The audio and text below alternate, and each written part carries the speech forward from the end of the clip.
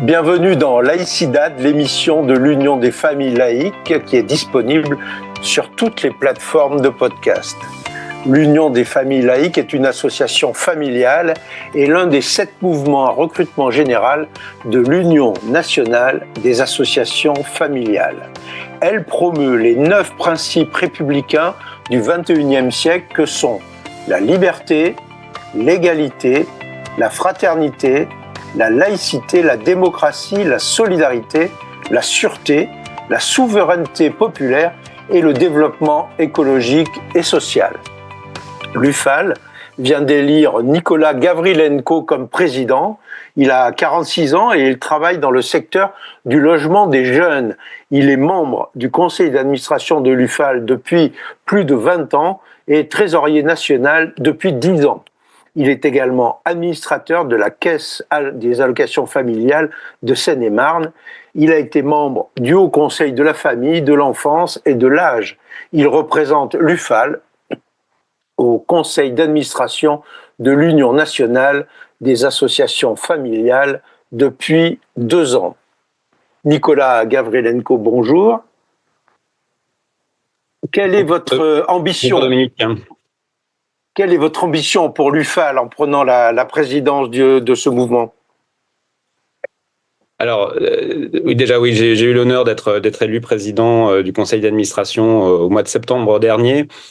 Et pour commencer, je voudrais déjà rendre hommage aux presque 10 ans de présidence de Christian Gaudret, qui a été donc président pendant toute cette période, et de Michel Canet, qui a été son vice-président en charge du développement et qui a été aussi président pendant une année de transition.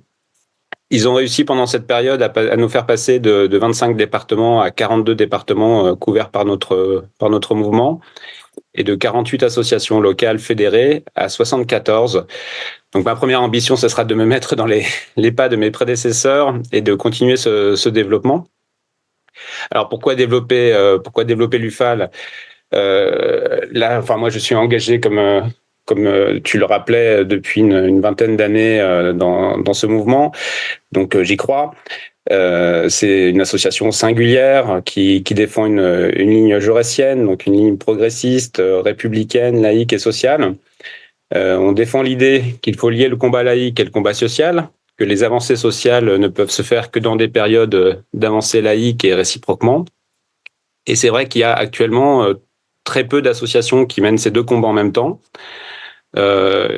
C'est pourtant des idées qui sont majoritaires au sein de la société française. On le voit dans tous les sondages d'opinion, mais c'est des idées qui ne sont pas défendues ou pas défendues correctement, en tout cas à notre sens, dans les autres associations ou même mouvements politiques. Alors nous, on mène ces combats partout, sur tous les sujets. Alors dans le mouvement social, on est très engagé dans le mouvement social. Enfin, on défend les services publics, on fait partie de plusieurs collectifs. Dans le mouvement laïque, on fait aussi partie du collectif laïque national. On est dans plusieurs mouvements aussi laïques et on est très présent, très très reconnu dans ce domaine. Et dans l'institution familiale. Donc là, c'est un peu plus particulier, moins connu. Le mouvement, l'institution familiale en France joue un rôle important, mais peu connu des Français. Donc on a la particularité d'être un mouvement familial, donc ça nous donne des droits et des obligations. Alors les obligations, c'est qu'on doit déclarer nos adhérents au niveau de l'institution familiale. On doit respecter un certain nombre de règles d'organisation de notre mouvement. Et on a également des financements qui sont accrochés à ces obligations, des financements qui sont pris sur la cotisation sociale, donc qui sont financés par tous les travailleurs de ce pays. Donc c'est important. L'institution familiale elle-même défend et représente l'ensemble des familles auprès des pouvoirs publics. Donc il y a vraiment un devoir pour nous de réussir à représenter les familles. Donc ça passe par exemple par des auditions parlementaires sur la sécurité sociale, par la participation à des représentations dans différents organismes. Enfin là on a vraiment une obligation de représentation des familles et on s'y attelle. Alors, si j'ai bien suivi, vous souhaitez faire un peu ce que disait un ministre oublié de Georges Pompidou, qui s'appelait Jacques Duhamel, qui disait d'abord continuer, ensuite commencer. Exactement. Exactement. Mais vous inscrivez votre action dans un cadre légal, réglementaire, qui est déjà prédéterminé. Quelle est votre originalité? Qu'est-ce que vous apportez en plus? Alors, ce qu'on apporte en plus, c'est ce que je disais en préambule, c'est-à-dire qu'on est vraiment sur un champ jaurétien. Alors, et ce qu'on apporte en plus en tant que mouvement familial, c'est qu'on a décidé, et c'est vrai que c'est un champ qui est complètement délaissé par le camp progressiste, républicain, laïque et social, de porter ces idées aussi dans le champ familial. Alors, on ne fait pas que ça, hein, comme je vous le disais, on participe au mouvement social, on participe au mouvement laïque, mais au sein de l'institution familiale, on essaye de porter cette voie progressiste. On l'a vu à travers les événements de ces dernières années que l'institution familiale a un poids très important dans le débat public, même si c'est peu connu. Elle a des financements importants. Elle sait, par exemple, certains mouvements de l'institution familiale se sont mobilisés contre l'ouverture du mariage aux personnes de même sexe, se mobilisent actuellement de manière virulente, depuis plusieurs années, mais encore plus en ce moment, contre une loi sur la fin de vie. Voilà, donc on essaye, nous, de porter le fer dans ce champ-là qui est délaissé par les progressistes, alors même que le champ en lui-même est minoritaire, les mouvements familiaux qui sont contre nous sont minoritaires au sein de la société française, c'est-à-dire qu'ils ont un poids grâce à l'institution familiale qui est démesuré par rapport à leur poids dans la société française. Ils sont minoritaires au niveau des idées, ça on le constate tous les jours, mais ils sont majoritaires dans l'institution familiale. Et ils ont du coup une action qui est démultipliée par les financements qu'ils perçoivent grâce à ce système d'institution familiale. Donc nous, on essaye de porter l'idée qu'il faut les contrer sur leur terrain. Il y a tout un champ familial qui peut être pris par les républicains, et il faut s'en saisir. Alors, pour être tout à fait clair et précis, quelle est la définition de la famille que porte l'UFAL et qui la distingue des autres mouvements familiaux, notamment les mouvements familiaux confessionnels? Alors, l'institution familiale, elle est créée en plusieurs temps. On a un premier temps qui est sous Pétain, hein, donc les origines sont quand même assez parlante, et elle est refondée en 1945 par des ordonnances de Gaulle. On va fêter d'ailleurs les 80 ans cette année, l'année prochaine, de cette vieille institution qu'est l'UNAF. Donc elle a porté dans un premier temps une idée de la famille qui était portée vers le natalisme. On sortait de la Deuxième Guerre mondiale, il fallait faire des enfants. Tout a été calqué comme ça se passait déjà avant la Deuxième Guerre mondiale, donc pour que les familles soient surreprésentées en fonction de leur nombre d'enfants. On a encore aujourd'hui dans l'institution un suffrage familial qui fait qu'une famille avec plusieurs enfants a plus de voix qu'une famille avec un seul enfant ou un couple marié. Donc nous, on se bat contre ce suffrage familial déjà en interne et auprès des pouvoirs publics, parce que nous, on défend l'idée qu'il faut défendre toutes les familles sans exclusive, et on a une représentation très large de ce qu'est la famille, puisque on considère qu'à partir d'une personne, on est déjà une famille, comme l'INSEE le considère avec les ménages, parce que tout le monde est pris dans le fait familial. Une personne seule a eu des parents, a des ascendants, si elle n'a pas encore de descendants, aura peut-être un jour des descendants, peut-être qu'elle s'intéresse à des questions familiales. Donc voilà, même une personne, même un jeune célibataire par exemple, est pris dans des questions familiales, même s'il s'en rend pas forcément compte, et tout ça a un sens politique.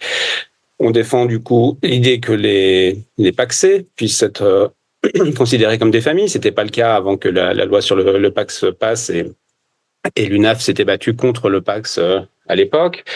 On part du principe aussi que les personnes de même sexe représentent des familles également, et on essaye de faire reconnaître les concubins dans un premier temps comme étant des familles comme les autres.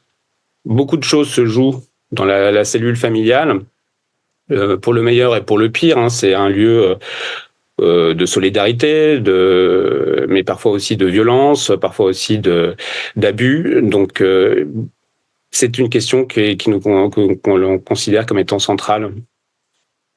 Alors, cette question qui est centrale, elle est, vous l'avez dit, majoritaire dans l'opinion, mais minoritaire dans le mouvement familial. Comment est-ce que vous expliquez cette différence et pourquoi est-ce qu'elle n'arrive pas à se combler ? C'est la désertion de ce champ par les forces progressistes. La famille, enfin quand on parle de la famille, enfin d'ailleurs c'est l'intitulé du ministère, du dernier ministère qui a été mis en place, à la place des familles, voilà, ça a tout de suite une connotation conservatrice, voire rétrograde. Et donc du coup, pour le public, et pour les militants, c'est marqué comme étant un champ conservateur, voire rétrograde. Et on se bat contre cette idée parce que il y a moyen de porter une voix progressiste sur les questions familiales. Enfin, on le voit tous les jours à travers les idées qu'on peut défendre. Et il y a des financements qui, pour l'instant, sont captés par les plus conservateurs, ou alors par des associations qui sont portées vers le service, mais qui n'ont pas forcément de réflexion sur les questions politiques. Donc on essaye de se battre. On est un des 7 mouvements au sein de l'UNAF, et il y a quand même plusieurs mouvements progressistes. On n'est pas le seul. Il y a un autre mouvement laïque. Il y a aussi 2 autres mouvements qui sont portés plutôt sur la gauche. Mais on essaye de reprendre ce champ, et ça avance doucement à cause du fait de la connotation qui est marquée pour les questions familiales. On va fêter les 80 ans là de l'institution familiale, donc en 2025, comme je le disais. On va essayer de lancer des réflexions pendant toute cette année avec les autres mouvements familiaux qui voudront bien nous rejoindre sur ces questions, pour voir comment essayer de moderniser cette institution, comment essayer de faire avancer nos idées au sein de cette institution, et comment essayer de voir l'avenir dans le mouvement familial. Alors, dans ce mouvement familial, vous portez aussi une voix singulière qui est la voix de la laïcité, qui est un principe qui est parfois remis en cause, voire attaqué aujourd'hui. Quelle définition en donnez-vous ? Quelle définition est partagée au sein de votre mouvement ? Est-ce que vous êtes plus sur les fondamentaux de la laïcité tels que la liberté de conscience, l'émancipation, ou est-ce que vous tendez à cette laïcité un peu fondée sur la coexistence ? Alors, l'année prochaine, il y aura aussi d'autres anniversaires, alors notamment les 120 ans de la loi de 1905. Donc effectivement, l'UFA, comme son nom l'indique, l'Union des familles laïques, a toujours été intéressée par les questions de laïcité, qu'on met fortement en avant. Donc on fêtera ces 120 ans de la loi de 1905.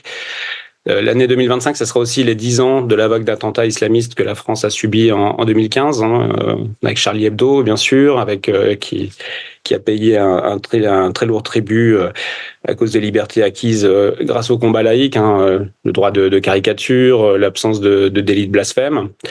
Les attentats du Bataclan également en novembre, des terrasses et du Stade de France, qui ont ciblé des Français de toutes origines et qui ne faisaient que profiter d'un style de vie honni par les islamistes. Donc on va rester très mobilisés sur cette question de laïcité. Alors pour nous, la laïcité, c'est un principe de séparation des églises, et le pluriel est important, puisqu'on parle là de toutes les religions, et de l'État. Donc une séparation des églises et de l'État qui a eu lieu donc en 1905 après de très grands combats qui ont été menés par de nos prédécesseurs. L'effet de cette séparation, c'est la liberté de conscience. Aucun citoyen n'est tenu à croire à une religion, ni telle religion que l'État lui indiquerait, et il n'est pas tenu non plus de croire, puisque la laïcité ne se confond pas avec l'athéisme. Enfin, de ne pas croire, de croire ou de ne pas croire. C'est un principe d'émancipation. La séparation des espaces permet de ne pas réduire l'individu à ses croyances et plus largement à ses appartenances. Et plus profondément, cela renvoie à une certaine idée de l'association politique. On n'est pas un ensemble de communautés, mais une association d'individus. Voilà, donc c'est vraiment sur cette base du principe de laïcité qu'on se bat.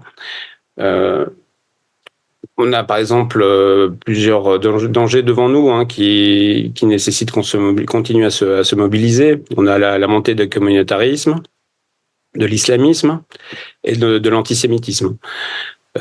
On a la montée de l'extrême droite en regard avec la possibilité de victoire électorale. Donc il va être fortement contesté. Enfin, il est déjà. C'est un principe qui est attaqué de toutes parts parce qu'il empêche en fait ces montées des communautarismes et cette montée de l'extrême droite. Donc on est vraiment sur deux pans d'un même combat qu'on va essayer de mener avec toutes les forces nécessaires. Mais l'hostilité que déclenche ce principe de progrès est aussi une hostilité qui vient du camp du progressisme parfois. C'est ça. En fait, il a été dévoyé 2 fois le principe de laïcité. Donc, on a un dévoiement qui vient d'une partie du camp laïque. L'UFAL a mené notamment la bataille pour l'interdiction des signes religieux à l'école publique, qui a fini par être victorieuse en 2004. 2004, oui. Et pendant toute la période qui a été de 1989 à 2004, le camp laïque s'est déchiré entre ceux qu'on a appelés les tenants d'une laïcité ouverte. Donc c'était des laïcs qui étaient laïcs quand il s'agissait du catholicisme ou du judaïsme et qui devenaient qui prenaient juste la tolérance dès qu'il s'agissait de l'islam. Et donc ça a mis beaucoup de temps en fait à être réglé comme situation, mais ça a été réglé en 2004 et on a maintenant un camp laïque qui conteste beaucoup moins, enfin ce camp de laïcité ouverte qui conteste beaucoup moins la loi de 2004 qu'auparavant. Enfin, on est en train de tourner une page, je pense. Et de l'autre côté, vous avez en miroir l'exact inverse, c'est-à-dire que la laïcité a aussi été dévoyée par l'extrême droite, qui elle ne se découvre laïque que quand il s'agit de l'islam. Et donc c'est vrai que dans l'opinion publique, on a été de controverse en controverse, de débat enflammé en débat enflammé, et une petite musique s'est installée auprès des citoyens, montrant en fait que la laïcité n'est qu'une règle d'interdiction, alors qu'en fait on essaye de montrer que c'est la liberté, la laïcité, enfin que c'est ce qui nous permet en fait de vivre librement. Et que c'est parfois considéré comme discriminatoire, voire raciste. Donc c'est contre ces 2 dévoiements qu'on essaye de se battre pour remettre en avant en fait l'idéal progressiste qui était derrière le principe de laïcité et que au bout de 120 ans, ça continue et que ça ne s'arrête pas. Alors, revenons au fonctionnement de l'Union des familles laïques. Vous nous l'avez dit tout à l'heure, c'est un mouvement qui est en train de se développer dans les départements. Et comme dans de nombreuses associations, il existe aujourd'hui une tension entre une conception d'intervention sociale qui se traduit par une place dans les structures qui est définie par la réglementation, vous nous l'avez dit tout à l'heure, et puis par l'intervention dans le débat public, des prises de position, des communiqués, des colloques, des participations à des colloques, etc. Et une autre conception qui est plus axée sur le service rendu aux adhérents. Quel chemin va prendre l'UFAL entre ces 2 lignes de crête dans les années à venir ? Alors, j'ai envie de dire les 2. On a en fait donc on est un mouvement fédéré avec une dimension nationale que je représente et un ensemble de départements et dans ces départements en fait un ensemble d'unions locales. Chaque union locale est très très indépendante, va pouvoir œuvrer dans différents champs, s'intéresser à différentes questions et orienter son action de différentes manières. On a des UFAL locales qui vont se consacrer seulement, par exemple, à du plaidoyer, à l'organisation de temps d'éducation populaire, à travers des réunions publiques, à travers des actions, enfin des collectifs locaux, etc. Et on a effectivement des UFAL locales aussi qui se consacrent plus à l'action sociale, pour prendre un mot plus large, avec parfois des permanences d'accès aux droits, avec de l'aide aux devoirs, avec l'organisation d'aide de tout genre. Donc on a ces deux dimensions, et après chaque UFAL local oriente un petit peu son action en fonction de ce qui se passe au niveau de son territoire. Au niveau national, c'est vrai on essaye d'impulser des choses. On a toute une activité de plaidoyer qui est reconnue. Enfin, en plus des questions laïques dont je parlais tout à l'heure et familiales, on a une grosse activité par exemple sur la protection sociale qui fêtera également ses 80 ans l'année prochaine. Donc de mise en avant en fait des progrès qui ont été réalisés grâce à la protection sociale financée par les cotisations sociales. On intervient également beaucoup sur les questions d'école. Enfin, on fait partie de collectifs nationaux qui se battent notamment pour l'école publique et d'essayer de réaffecter les fonds de l'école privée vers l'école publique. Et on essaye aussi d'impulser des politiques sociales au niveau des UFAL. Donc là, on travaille par exemple sur la mise en place de projets locaux en aide avec les CAF. Donc on essaye de mener l'ensemble. C'est effectivement pas facile. Parfois peu lisible de l'extérieur, mais dans la situation sociale actuelle et la situation politique à venir, nous incite plutôt à essayer de porter des services directement auprès de nos adhérents. C'est vrai que la situation économique est telle, enfin avec les différentes crises qu'on vient de vivre, qui risquent de perdurer, que l'aide aux adhérents va devenir sans doute beaucoup plus importante dans nos orientations dans les années à venir. Alors, un autre aspect de votre activité, c'est la représentation des usagers dans le système de santé. C'est une activité extrêmement importante. Vous êtes représenté, vous l'avez dit, dans les caisses d'allocation familiale, dans les caisses primaires d'assurance maladie, dans les comités des usagers des hôpitaux, des cliniques, d'un certain nombre de centres médicaux. Est-ce que c'est un axe stratégique pour vous, ça, la santé ? Alors, la santé et plus largement la protection sociale est vraiment au cœur de nos actions à venir. Alors effectivement, on a beaucoup de représentations. Ces représentations, on essaye de les augmenter, de former les personnes qui nous représentent dans ces différents lieux.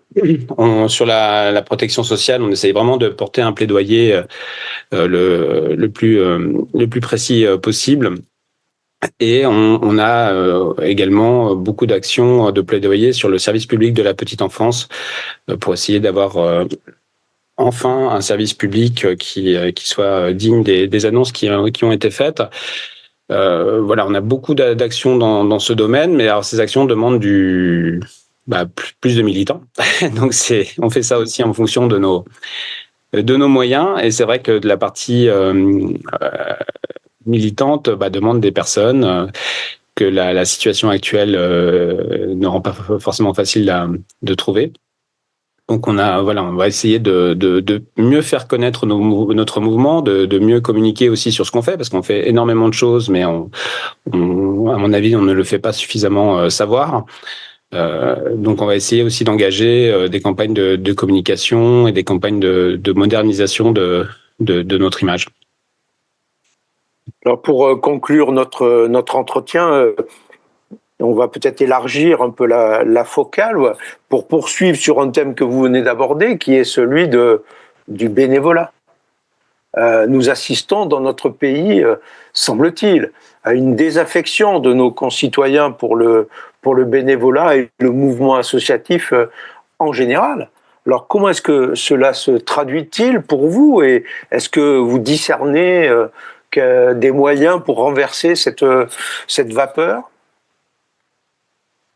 Alors, pour s'engager dans le bénévolat, enfin pour s'engager tout court, je pense qu'il faut quand même un certain nombre de conditions matérielles, de conditions de vie.